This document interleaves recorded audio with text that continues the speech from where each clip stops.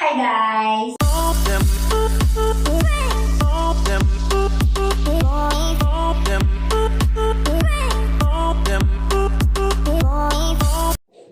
Hi guys!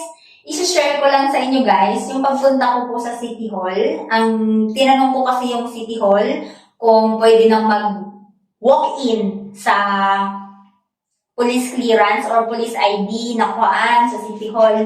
Kaso, ang sabi nila guys, hindi pa pwedeng mag-walk-in. Kaya, kailangan by appointment pa din pag pumunta kayo doon. Pag pumunta kayo doon sa police clearance or police ID guys, kasi iisa lang naman yun pag kumuha kayo nun. Police clearance, police ID, kailangan may appointment. Katulad ng NBI. So, kailangan pa rin may appointment guys kahit kukuha kayo ng kahit ano doon sa dalawa. Kailangan may appointment. Tapos, doon sa area guys, ng kuhaanan ng NBI at saka police clearance, iisang building lang naman siya. Tapos, nandun sa baba yung registration ng national ID.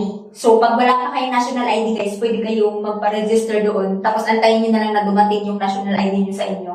Tapos, ang galing no, kasi pinag-isa na nila yung lugar para hindi na lumayo-layo. Basta sa Quezon City Hall siya, malapit siya sa Gate 3. So, itanong nyo na lang din doon. Kung taga Quezon City Hall kayo, itanong nyo na lang din doon. Pero kung hindi kayo taga Quezon City Hall, kung saan kayo malapit na City Hall, doon na lang kayo magtanong. Tapos, sigurado naman yan, lahat naman ng mga IDs, halos lahat naman ng mga IDs meron na sa City Hall. Kaya, pumunta na lang kayo doon guys, tapos magtanong na lang din kayo sa mga guards. Marami namang guards doon, tapos pagkatapos pag nagtanong kayo sa guard, pwede kayo magtanong sa information para sigurado. So yun guys, meron akong ginawang video dati, yan, kung paano kumuha ng police clearance with police ID, kaya meron siyang babayaran.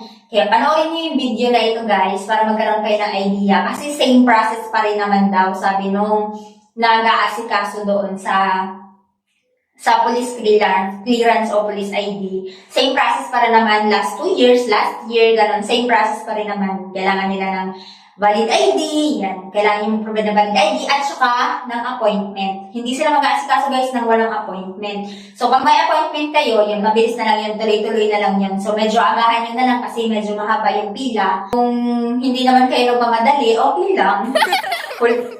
And, mabilis lang naman kumuha ng police clearance kasi nasa second floor lang naman yun. So, ang matagal lang, ang madami kasi pag kumuha, yung NBI, yun yung matagal, yun yung madaming mahabang pila. So, pag police clearance, police ID, hindi naman siya masyadong madaming pila. Kaya okay lang. Okay lang.